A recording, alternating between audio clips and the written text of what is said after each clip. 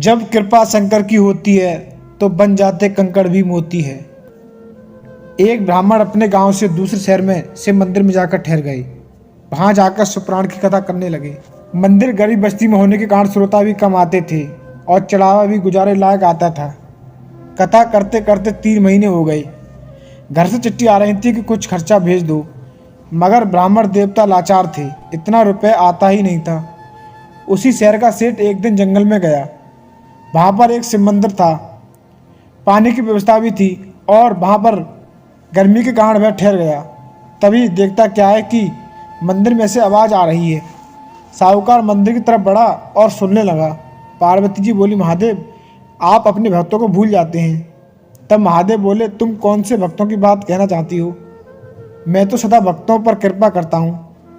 पार्वती बोली, आपकी कथा करने वाले ब्राह्मण के बच्चे भूखे मर रहे हैं, उसे कुछ दे दो। तब महादेव बोले, परसों मैं उसे कथा समाप्ति पर 1100 रुपये दिलवाऊंगा। तब पार्वती जी हंसकर बोली, वहाँ पर 1100 रुपये की जगह 11 रुपये आना भी कठिन है। तब महादेव बोले, आपको मेरे पर विश्वास नहीं है। इतनी बात हुई, महादेव पार्वती वहाँ से अंतर्ध्यान हो गए। तब साहूकार अपने घर चलने लगा। साहूकार मन में सोच रहा था कि आज दर्शन तो नहीं हुए, लेकिन बात तो सुनने को मिल ही गई और लाभ भी दिख रहा है। मैं शिव मंदिर जाकर क्यों ना कथा का ठेका ले लूँ। ये सोचता हुआ वह घर चला गया और शाम को खाना खाकर सो गया। सुबह उठकर नहा धोकर शिव मंदिर पहुँच गया और पंडित जी को प्रणाम किया और कहा कि कथा कब संपन्न कर रहे हो? ब्राह्मण बोला, कल ही कथा समाप्त कर देंगे। तब सेठ बोला, अपनी कथा का ठेका दे दो। ब्राह्मण ने कहा, ठेका में सेठ जी क्या दोगे? तब सेठ जी ने 50 रुपये निकालकर पंडित जी के हाथ में रख दिए। पंडित जी ने आनाकानी की। साहूकार बोला, तुम पर मुझे दया आ रही है, इसलिए मैं ठेका ले रहा हूँ। तुम्हारी कथा में तो 5 रुपये भी नहीं चढ़ेंगे। फिर सेठ जी ने 50 रुपये और निकालकर पंडित जी को दे दिए। पंडित जी ने फिर रख लिए और कहा, कल जल्दी आ जाना। सेठ जी अपने घर चले गए और सुबह उठकर नित्य कर्म से फारिग होकर मंदिर में पहुंच गए। कथा की पूर्ण आहुति हुई। फिर कथा संपन्न हुई।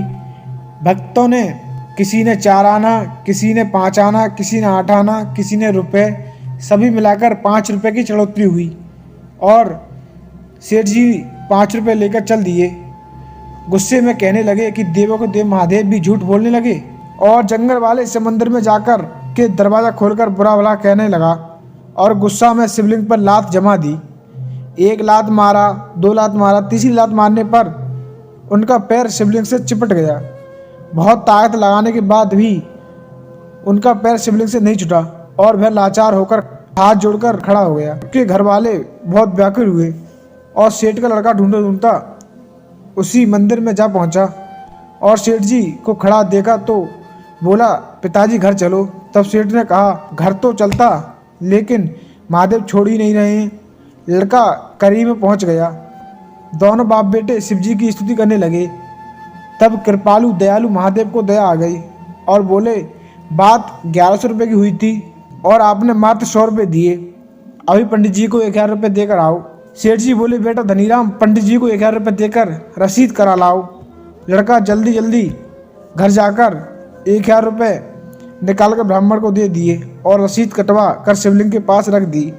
तब सेठ जी की छुट्टी हो गई। दोस्तों, जो लोग महादेव को व्यापार या राजनीति में इस्तेमाल करते हैं, उनका यही हाल होता है। अगर आपको ये कहानी अच्छी लगी हो तो लाइक जरूर करें। ऐसी और कहानी सुनने के लिए चैनल को सब्सक्राइब करें। मैं मिलता हूँ किसी अन्य कहानी के साथ। कहानी देखने के लिए आपका बहुत बहुत धन्यवाद।